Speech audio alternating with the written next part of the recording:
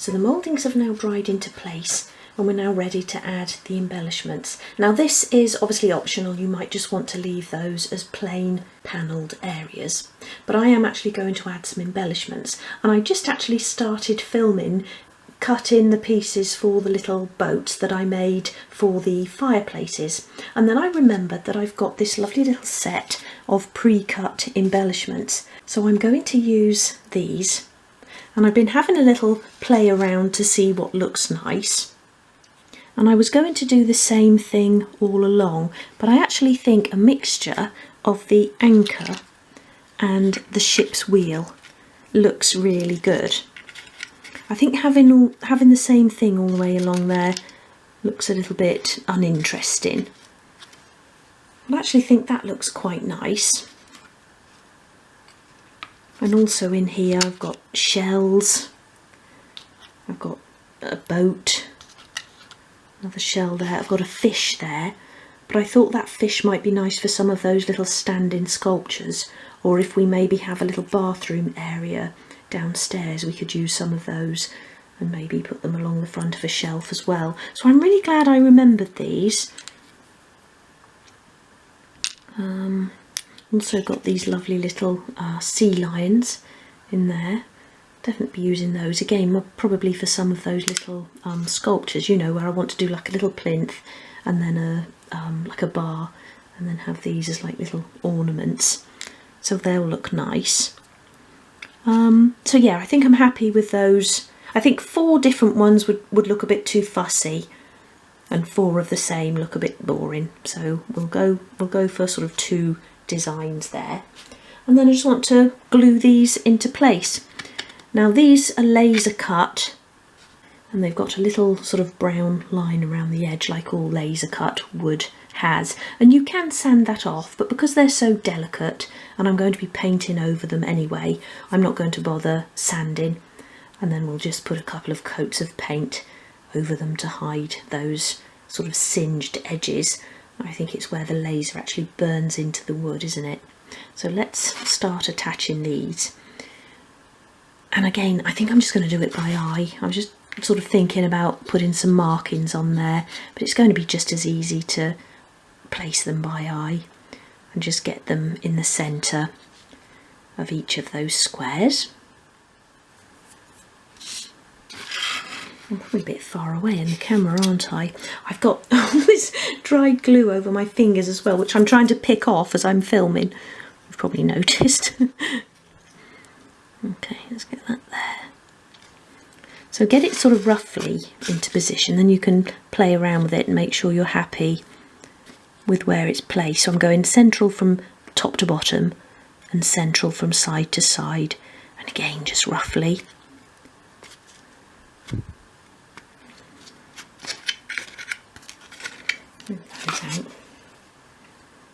That looks good, doesn't it?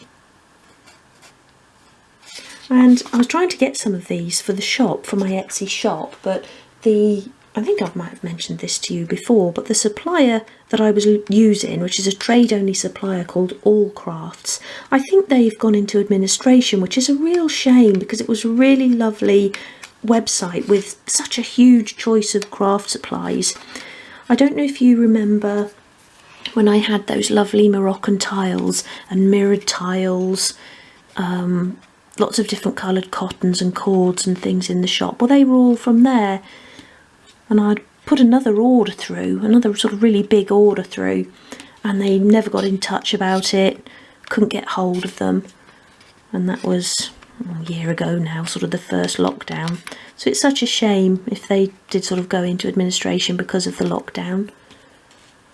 I mean, I don't know, maybe one of them was ill or something, but it is a shame. But I keep, every so often, whenever I think of it, I check the website, but they're still down. So, you know, their latest announcements was July 2020 to say that they were shipping orders as normal, but they weren't. So anyway, if you wanted to some of these embellishments, then just have a look on Amazon or eBay or any sort of really good sort of craft supplier, and just search for wooden embellishments. I remember rightly, these were called Barely Basics or something like that, the actual range. Barely Basic or So Basic or something like that. It's not a lot of help, is it? But it was something basic anyway. Little wooden designs. So I'm going to do the wheel so that a little sort of arm piece is facing straight up and down. Makes it look a little bit more uniform. Let me have a look from the front, see if that's in the centre there. That looks about right. I'll put these last two into place. I'm looking for the nicest side, but I think they're the same on both sides. It's just laser cut, so that's the embellishments in place. So we've just got to shape the top piece now and attach that, and then we'll be ready to apply the paint.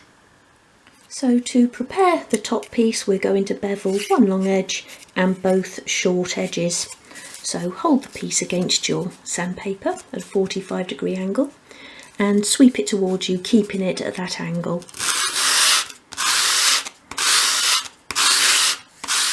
And that's just starting to bevel off, but you want to keep going until you've got a nice sharp bevel. Like that. And then do the same thing at each side.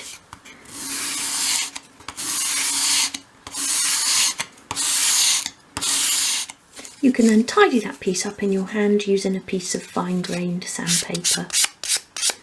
Just really neaten off those edges.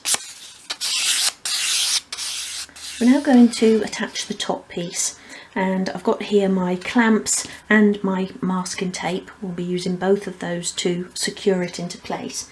Now, as it's such a large area, I'm actually going to apply the glue directly to it rather than to my card, and that's probably far more than I need. I'm good at doing that. So spread that out, getting it right into the corners and along the edges.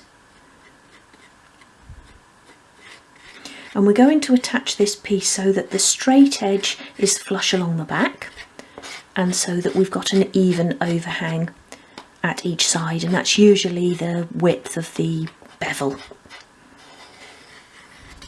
Just take some of that off of there, put it on my card, like that. So attach it so that the beveled side is facing down, and just use your fingers along that back edge to make sure you've got that nice flush edge, like that. And you can feel as well that you've got the same amount overhanging, but sort of do pick it up and have a look, and it should be the width of that bevel. And if you look along the corner, oops, if you look along the corner of the piece, that should then run in line with that nice little corner that we've created by beveling the front and the side. And that's a good way of checking that it's in the right place. Give that a good press down. You can get into those shelf areas and give it a good press. Have a quick check round for any excess glue. I've got quite a bit along that front there, so let's try and tidy that up. And this is such a big piece that I can't press it down as I'm moving the glue, so let's just lay it down there and get rid of that. I'm so sorry that I'm not on the camera. Now I've got this wider lens, I'm still sort of trying to get used to it. I'm still sort of positioning it how I used to position my old camera, rather than actually looking through the lens and seeing what you can see.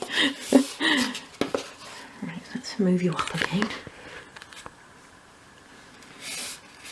Yeah, it's wider, which is really good, so I've got more room sort of there and there, but it's narrower there, so I keep sort of going off camera down there. Okay, so let's put a couple of pieces of masking tape straight over the top. Long pieces there. Pull it nice and tight. Piece across that front edge as well. I should also use clamps along there to stop that from lifting. Okay, pull it nice and tight.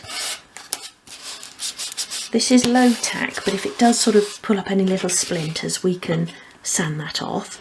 And then I want to put probably 3 pieces over the back because this is so wide, just to hold that back down. So I don't like that gap in along the back edge. And then from the side, it always looks as though your top piece is trying to lift up at the back. So do sort of secure it at the back as well. Don't sort of think, oh, well, you can't see around there, so it doesn't matter, because you can still see from the side. So again, pull that nice and tight. And I'll put one bit in the middle as well. Don't half get through some masking tape.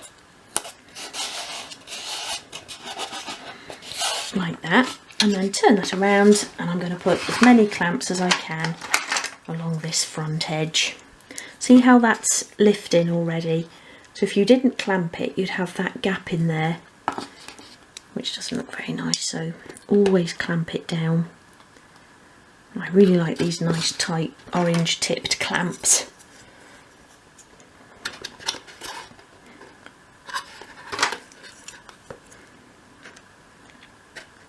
I'll put a couple in each opening for now, and then I might be able to go through and attach some more, attach a sort of third one in the middle. Depends how much room I've got. So I really can't fit any more along there. So I'm now going to leave that to dry. So I left that dry in overnight, and when I removed the masking tape, I've gone along and sanded the top. There were a few little pulls up there. So this is now ready for paint, and I'm going to use the Vancouver paint for this, which is that lovely really pale grey colour which I used on the skirting and coving in the little entrance hall. So I'll go and find my tub of paint, I think it's in the cupboard behind me, and make a start. So I've started there by doing inside the shelves, just to get the worst bit out of the way first really, and I always like to do one shelf at a time, so I do the back, sides, top and bottom, rather than going through and doing the backs on all of them and then all the sides, etc. Because if you sort of smear paint onto the side when you're doing the back, that can then tend to dry hard and then it's more difficult to sand. But if you sort of do each little section at a time, then you can smear all the paint around, spread it all around nice and smoothly and get a better finish, because these are obviously going to be more difficult to sand. And I only tend to do sort of one thick coat inside the shelves as well, just because really it is so time consuming, and because we're going to have bits in there as well, you're not going to be able to tell that they've only got one coat and the rest has got 2 coats. It's not going to be noticeable at all. And then I'll do 2 coats everywhere else. And I've actually found lately, I don't know about you, but I really like using these flat paint brushes. I've used that one, but let me show you what they look like when they're sort of new. They've got this really sort of lovely flat head, and they're probably about 9mm long, the bristles, and 6mm wide, or 1/4 of an inch wide. And I bought a pack of these from Amazon, and I've been using them for a lot of furniture projects lately, and I just find them really good. The bristles are really good at getting into all the little tiny spaces, whereas before I did favour, let me see if I can find it here. I mean, they're sort of old and a bit worn now, but I used to use these Graduate number 6s, and they had shorter bristles, but I do actually now prefer the longer bristle, and these tend not to shed either. So they were a really good buy. They haven't got a name or anything on them, so, and I can't remember what they were called. But just that sort of flat head I do find really nice to use. Okay, so I'll get on with the shelf. And the other thing I find these bristles are really good at, it's actually getting round little details like this, because you can really work them, you know, into all those tiny little areas. That's what you want to do around those embossed pieces there, around those shapes. Really work it in and then turn the piece and look from all angles just to make sure that there's none of that wood still showing.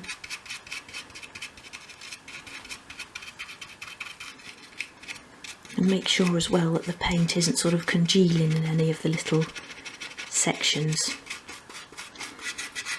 So what you can actually do when you've finished applying the coat of paint is actually take a clean brush, so a clean dry brush, and then just go over that, and that will get rid of any of the paint that's sticking in those little areas. We want to keep that a nice sort of sharp shape.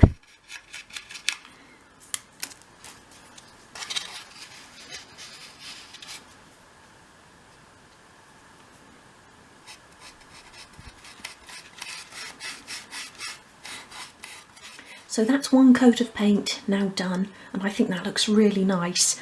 I think with all those lovely blue cushions in there, that's going to really set it off. So I'm now going to leave this to dry, then I shall come back, give that a light sand and apply a second coat sort of to the front areas, and then work through these with my dry brush again just to make sure there's no sort of clogged paint in any of the details. So once the second coat of paint had dried, and I did that just over the front really and down this side, which is going to be the visible side, I'm now going through and I'm using a 500 grade sandpaper to sand. And to get inside these, I just sort of fold it up and then work my way through each one, doing sort of each side. So I'll go along like that, and like that. And then I'll turn it and go along each shelf. And just really do it in order so that I know where I've been. And then I'll come out and do along the front of each shelf.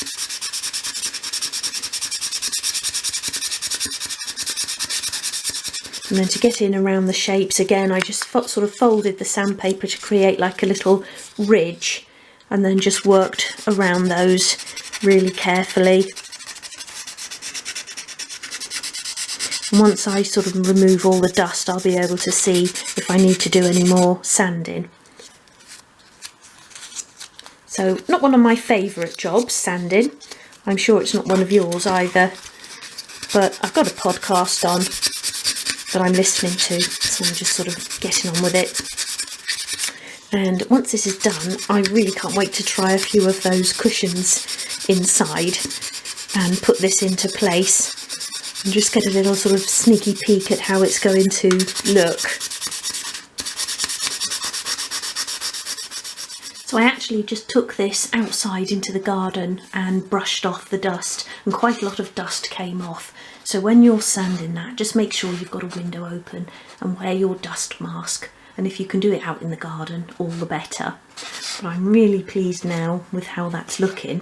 And I've got here a little crocheted cushions, and I just want to try 3 of them into one of the little shelves. And I think those blues just look so nice with the colour of the unit. Let me pull those forward a bit. I just sort of wanted them so they all sort of just poked out a little bit so you can see each colour, you know, from the side, from where the unit will be positioned. Like that. They look really good in there. Oops, every time I go to move one I'm pushing them all back. But I'll have a play around with those, and I'll probably glue those into place when we come to it. But now I really want to try the unit actually into the shop, so let's do that now. That looks really good. I really like that colour against the wall. I know I've done the skirting in it in the entrance hall, but I think with the sort of bigger piece of furniture, I think that looks really nice, and against the brick at the back as well. And don't the blues really pop in there? So really pleased with that. And then I started last night just making a few more cushion sides. So I've got a white one there, and then I just started making one side in each colour. So I've got 3, 4, I've got 8 there now, so I'll make, so I've got 12 sides on the go, and then I'll finish those off in the evenings. But I've done a really nice mixed one there as well. I might do a couple of those because I think they look really nice up there. And then I thought we'd probably have, you know, crocheted cushion there, there, there and there. And then dot around the fabric ones. Well, we'll see anyway when we come to it. When we've got the sort of stock to put on and we come to dress it, we'll decide where we'll have everything, whether we'll have it uniform or have them all sort of mixed together and dotted around. And that's the sort of fun of displaying, isn't it? Just sort of playing around with things and seeing what looks good and where.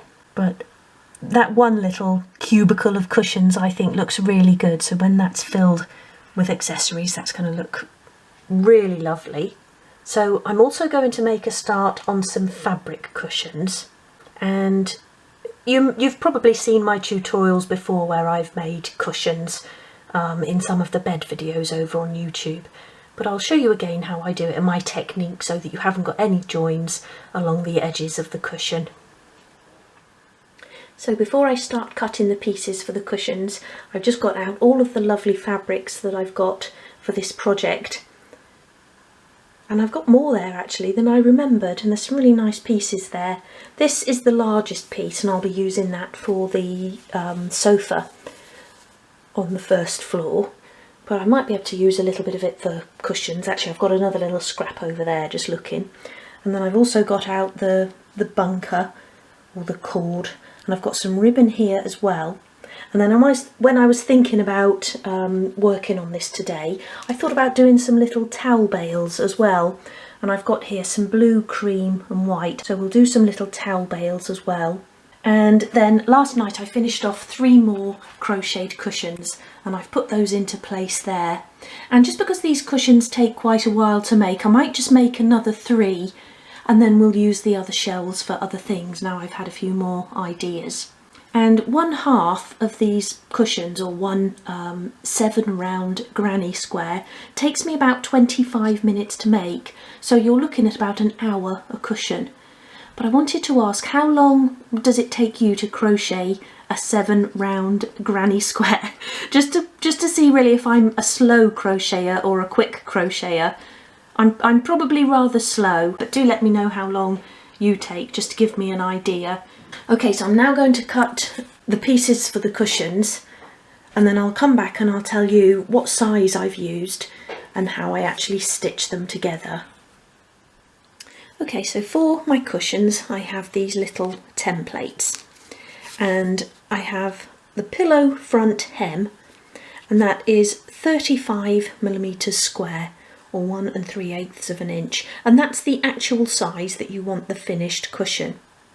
And then I actually cut the fabric so that I've got a 5mm border around all edges.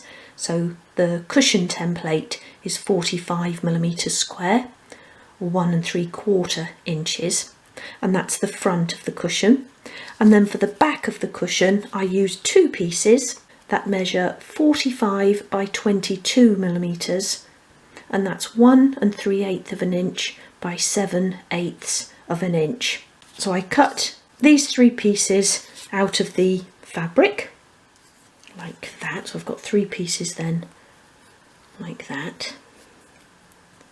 And then I take the hem template, so the actual size of the cushion, and I draw around that onto the front piece of fabric. So just draw around that in pencil, and then that's my stitching line. And then on those 2 back pieces I stitch them together using 3 or 4 stitches at each end, and that's then becomes the opening for the stuffing. And I do that about 3mm, or 1/8 of an inch from the top of the fabric. I then open that out and put my front piece on, and then I pin those together on 3 sides.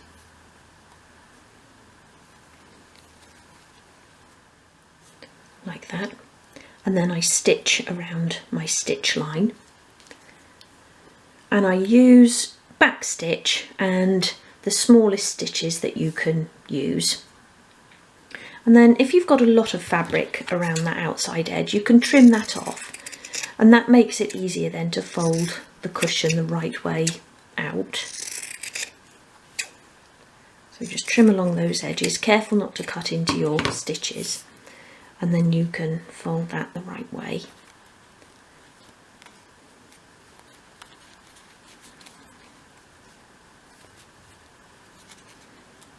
So I sort of get it through, just because they're so small, get it through as much as you can.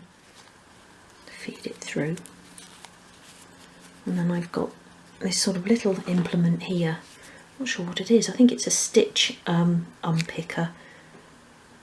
And then I use the end of that to sort of push it all through.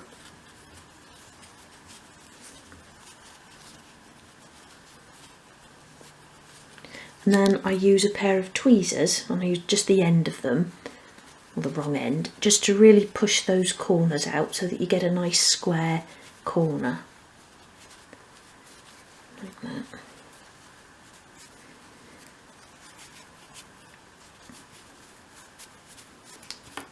And then to fill the cushion, I actually like to use either sesame seeds or something like ground rice. And I just feel that that gives the finished cushion a sort of heavier look, a heavier feel. I think sometimes when you use foam or wadding to fill them, they tend to look a little bit light, and they sort of tend to sit up a bit. I just think by using something like this, like a fine ground rice or sesame seeds or flax seeds or something like that, it gives them a weightier look and a better shape. If you use foam, you can't sort of dent them in and push them down and things like that. But this is a personal choice. Obviously, it's not a rule. You can use whatever you like to fill the cushions. But if you're going to use something like this, then you'll need a funnel. So push that into the opening, and then like that, keeping those, or keeping it sort of within those flaps so that it's not going to spill everywhere. And then I sort of go halfway up the start of the funnel there. Oops, probably a little bit too much. And then sort of shake that into the cushion so that you're distributing it evenly around.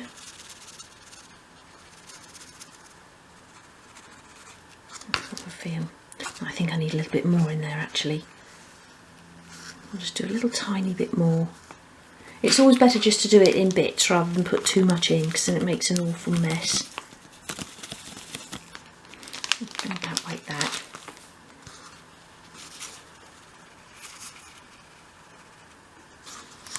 And you just sort of want a nice little plump cushion, but not sort of, don't overfill it.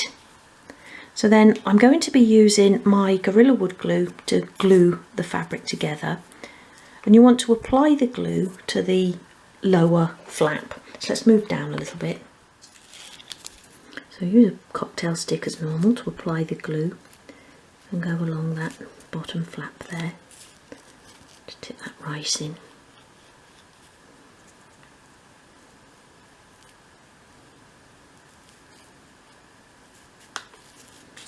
And then you can sort of try and fold that top flap, glue those together, pull it out at the edges to straighten it all up, like that. Press that together, and that's fairly neat, and that's going to be hidden at the back. So put that to one side to dry.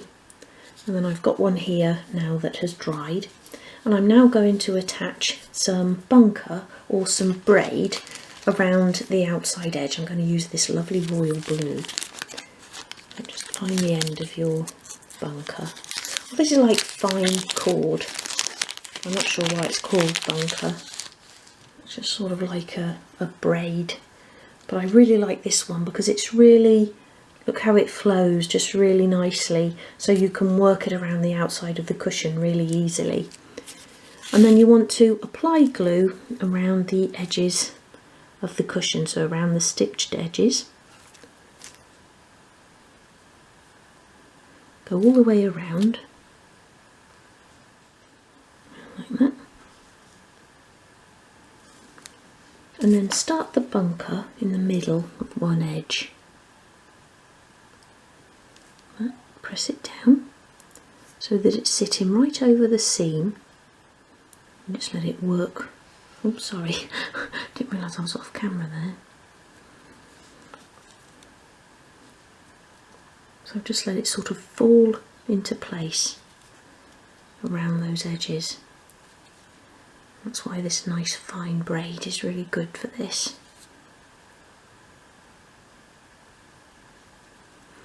Sticks really easily to the glue as well.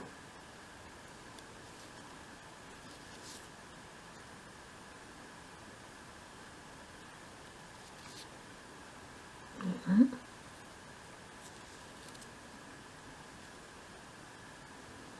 Get to the end and then you can trim it off. And by just using the end of your braid you haven't wasted any then.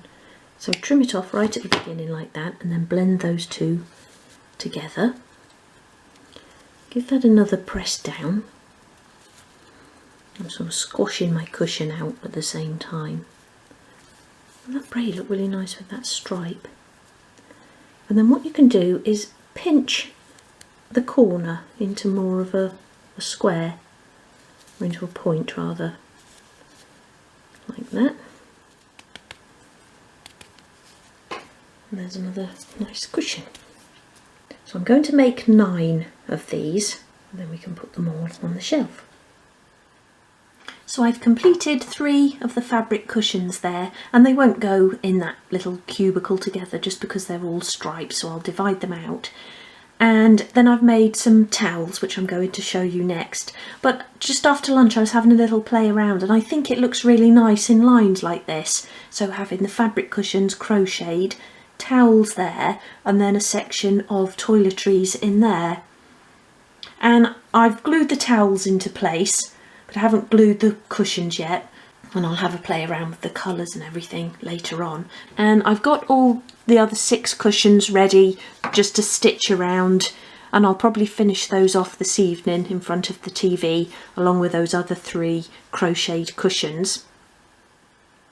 So back to the towels, and I've actually wrapped a piece of the towel in fabric around a little bit of card. And when you're working with fabric, it's always easier to give it a bit of a base.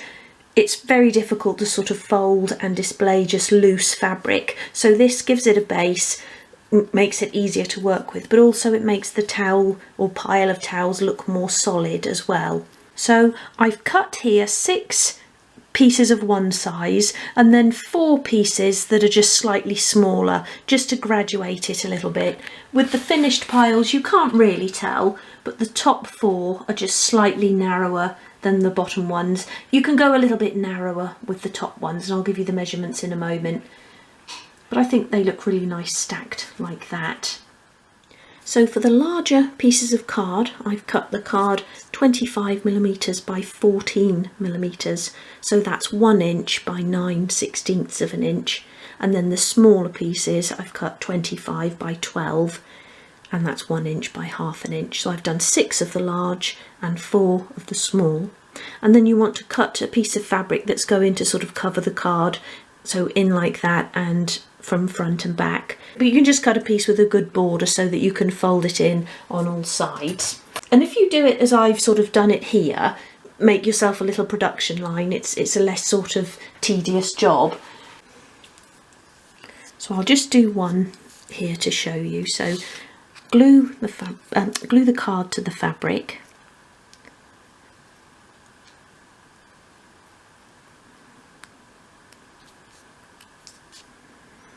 Like that. And then apply glue all the way along both long edges.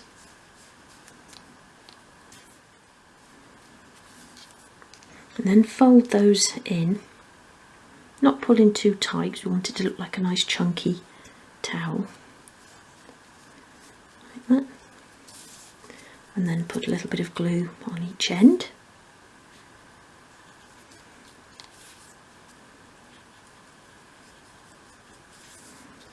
And then fold those in as well.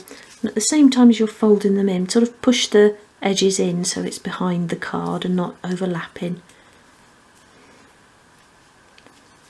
Like that.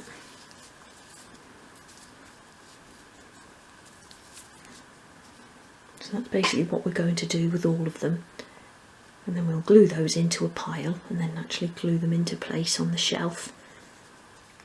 And when you've done those, just simply glue them into a little pile. So just put a little bit of glue on each one like that. Put that on there. Give it a press. And these are the wider ones I'm putting at the bottom.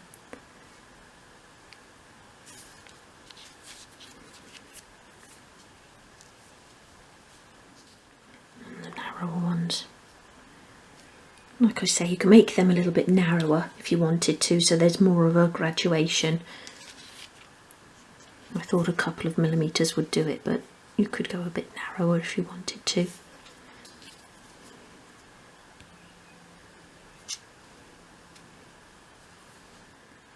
And then apply glue to the bottom of that little bundle.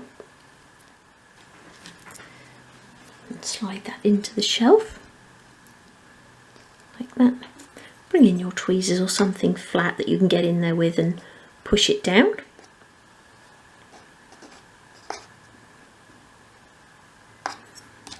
Just get that little bit of glue along the front there. So next I want to have a go at some jars of bath salts. I've had these glass bottles of bath salts in the bathroom for quite a few years now, but we've, well, a couple of years ago decorated and changed the colour scheme to more sort of cream and gold. So I want to put some cream and gold liquid in these, but I want to try and save the contents. So we've got some sort of bath salts here, and this is, I don't know if this is bath salts or just decorative, just sort of sand. But I'd really like to save the three colours if I can, and the separate colours in there. So I've got some freezer bags here, and I'm going to try and tip each of the colours into a separate bag. So let's see if I can do it. If I can get the cork out. There's only one thing for it. I did want to try and save the corks if I could, to put back in, but I'll have to try and get some sort of nice bottle stoppers or something. Oh, that's how old it is. Right, there's a little bit of cork in the top, but that's all right, I can sort of pick that out as I come to it. So I'm just going to tip that in there until I get down to the next sort of layer. It doesn't really matter if they start mixing together.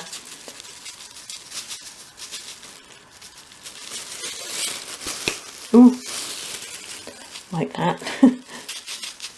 There we are. Is that the next colour now? There's a little bit more light blue on top of there.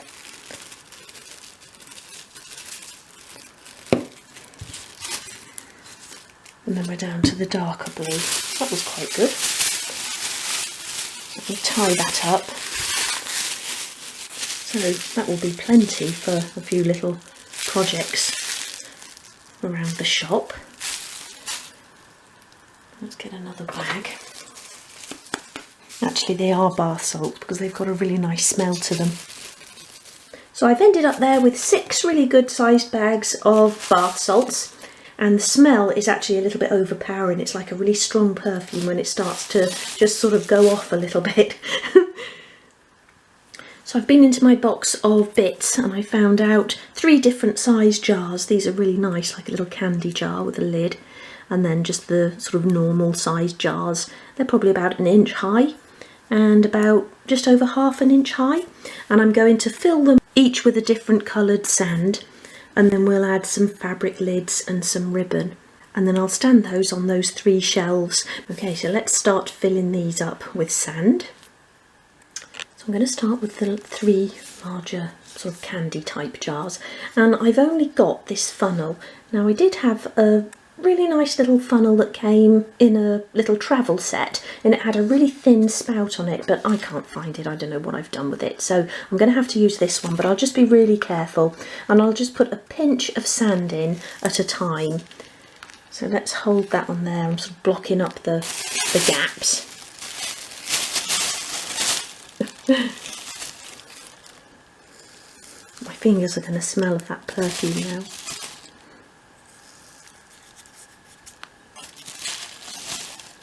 Can't really see how much I'm putting in there. Yeah, a little bit more. So I'm just doing a little sort of pinch at a time.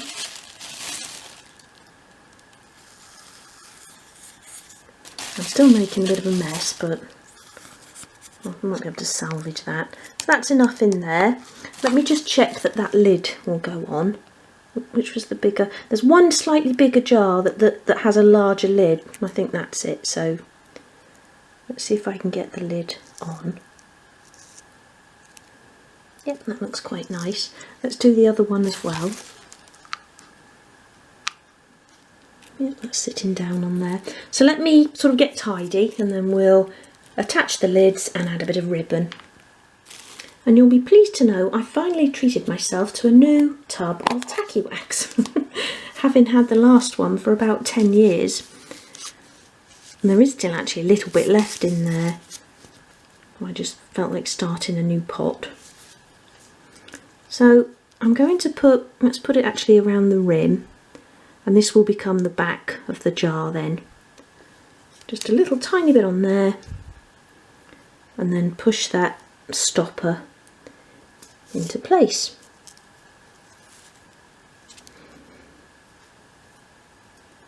And that should hold it nicely on there. Obviously you can't use glue on glass, not the wood glue anyway. There probably is some sort of special glue that will glue glass, but as I don't have any,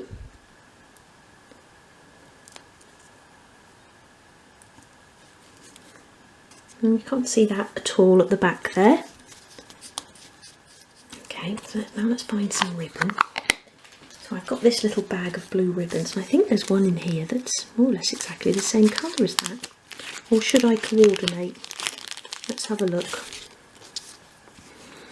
That's nice, isn't it? That lovely blue. That's the one I think is the same colour. I think I might like that sort of, what's that? Sort of like an inky blue maybe? Let's use that one. So you want to cut a bit off. I don't want to waste any, but you need to cut it longer than you need it. So let me cut it as long as my hand, so probably about, what, foot long? No, I'm joking. It's probably, I don't know, about 6 inches long. And we'll start with that big jar. So tie it round, or you can actually tie it first like that. And then tie that around the jar, like that. And then you want to do a bow, sort of get it as small as you can to start with, and this is why you need the longer ribbon. I probably should have cut it a little bit longer so I had more to work with. Let's have another go. No, I'm going to have to do a longer bit of ribbon. That's a shame. I'll try and use that for something else. I'll cut it a bit longer this time. It really is just so you can, you know, get your hands around it. You've probably got smaller hands than me, so you can use a smaller piece of ribbon, but if you've got sort of big old fingers and thumbs like me, you might need something a bit longer.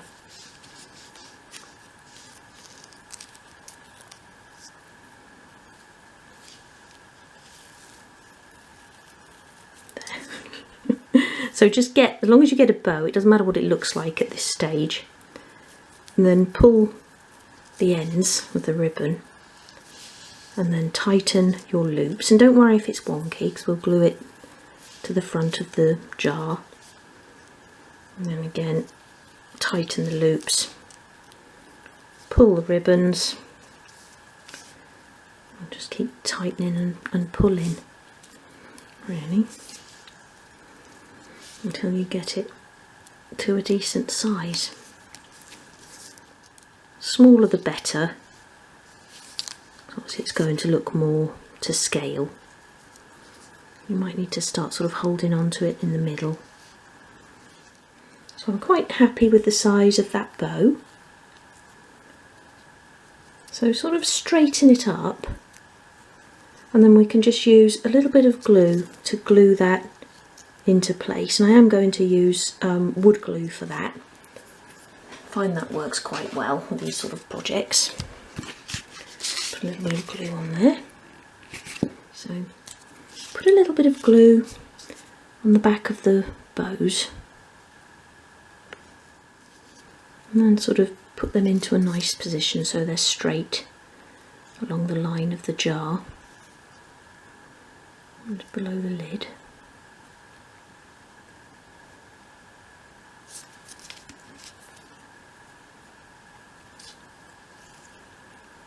Like that. And then come in with your scissors and cut the end of the ribbon at a bit of an angle. And again, I've got these great big scissors, like that, and then the other side. I need to get some little scissors, like my crochet scissors, that size, but for doing these little jobs. There's our first little jar of salts. I really like that. So I'll add the bows to these other two, and then we'll get the other jars filled, and I'm going to add fabric covers to those. So to fill the remaining jars, I actually just held them over the bag and sprinkled it in with my fingers, and that was a lot easier than using the funnel. And then for these ones, we're going to add a little fabric top like that, and then again our little ribbon and bow. So cut a circle of fabric a lot larger than you're going to need, just a rough circle, and then cut a good length of cotton, and just sort of tie a loop into the centre of your cotton like that, which will fit over our jar once we've got the fabric in place.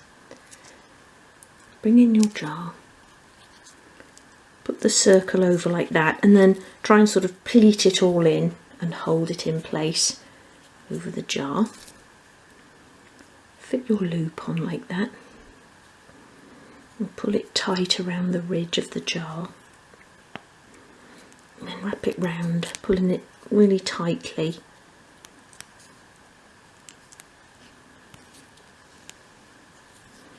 Go around with the other end as well. I just want to leave a longer thread that end so I can again tie a knot. Pulling it nice and tight, and then tie a knot. And this is really tricky.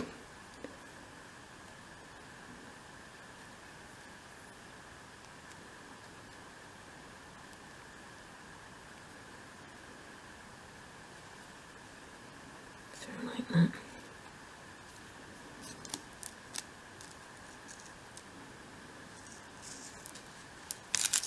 As soon as you let go, it starts to unravel.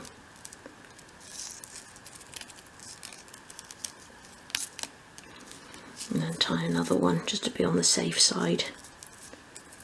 Easier that time, you can let go of the jar. And then bring up the fabric a little bit without sort of pulling it off the top there, and trim round close to the top of the jar, sort of cutting it off at angles like that, to leave sort of 3mm of fabric, I suppose.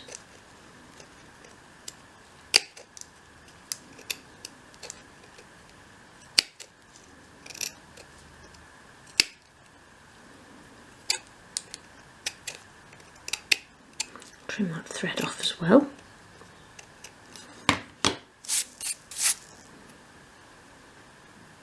I'll just even that up that fabric round the other side.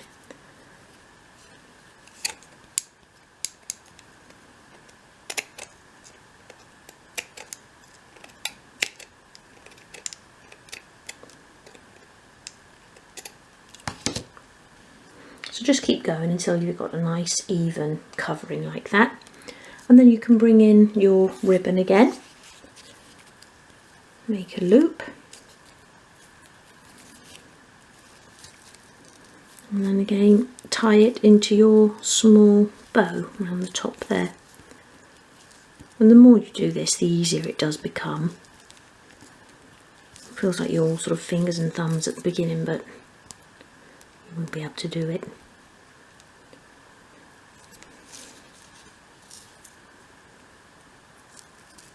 I'm just pushing that into that ridge and then tighten that up and then do your bow as small as you can get it. It's gone lovely and sunny out there now, and we just took Woody for a walk and it was pouring with rain. So I'm glad you can't see me because I'm sitting here with wet hair. I just wanted to get these finished off before dinner.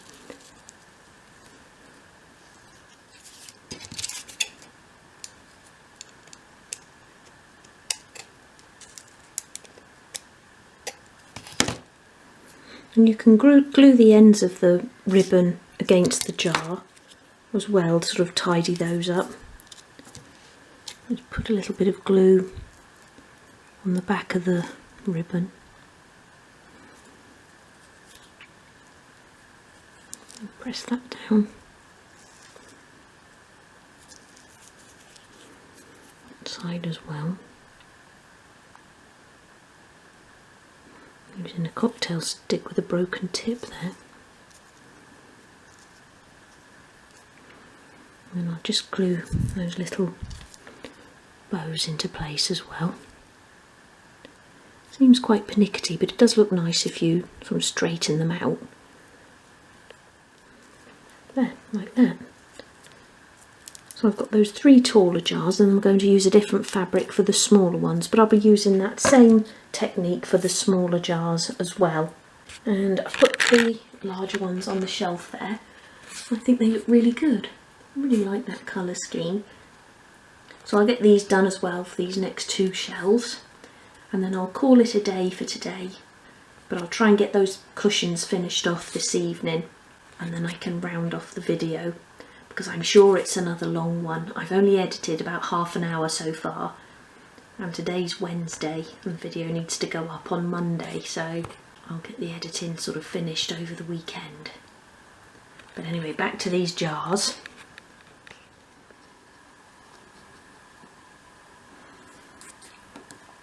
So I finished off the other 3 crocheted cushions last night, so that's those. And I've stitched the 6 fabric cushions, so now I've just got to fill those, add the braid, and then I can put those on the shelves as well. But really pleased with how that looks now, and I'm glad I decided to do it in the rows like that. I think that looks really neat. And what I'll do, probably the next episode now, because I'm aware that we're sort of running out of time for this one, is I'll do some little pricing labels that I'll stick at the bottom of each shelf. And I'll just do those up on Excel, but we'll do those in the next episode and I'll show you how I do those. And then we can stick some little labels on there as well. Okay, so let me get on with these cushions and then we can get those into place as well. The final cushion going into place there. And now the bit I've been waiting for. Let's go and try it in the shop. I think that looks really good in place. I just love those blues. Now I did say as well about making a row of bags to go along the top, and we will do that, but that will be in the next episode now.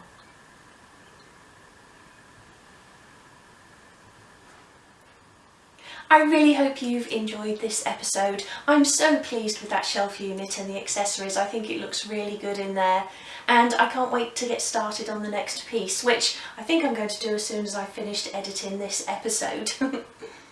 Okay, so that's it for today. Thanks for watching. So for now, take care and I'll see you soon. Bye.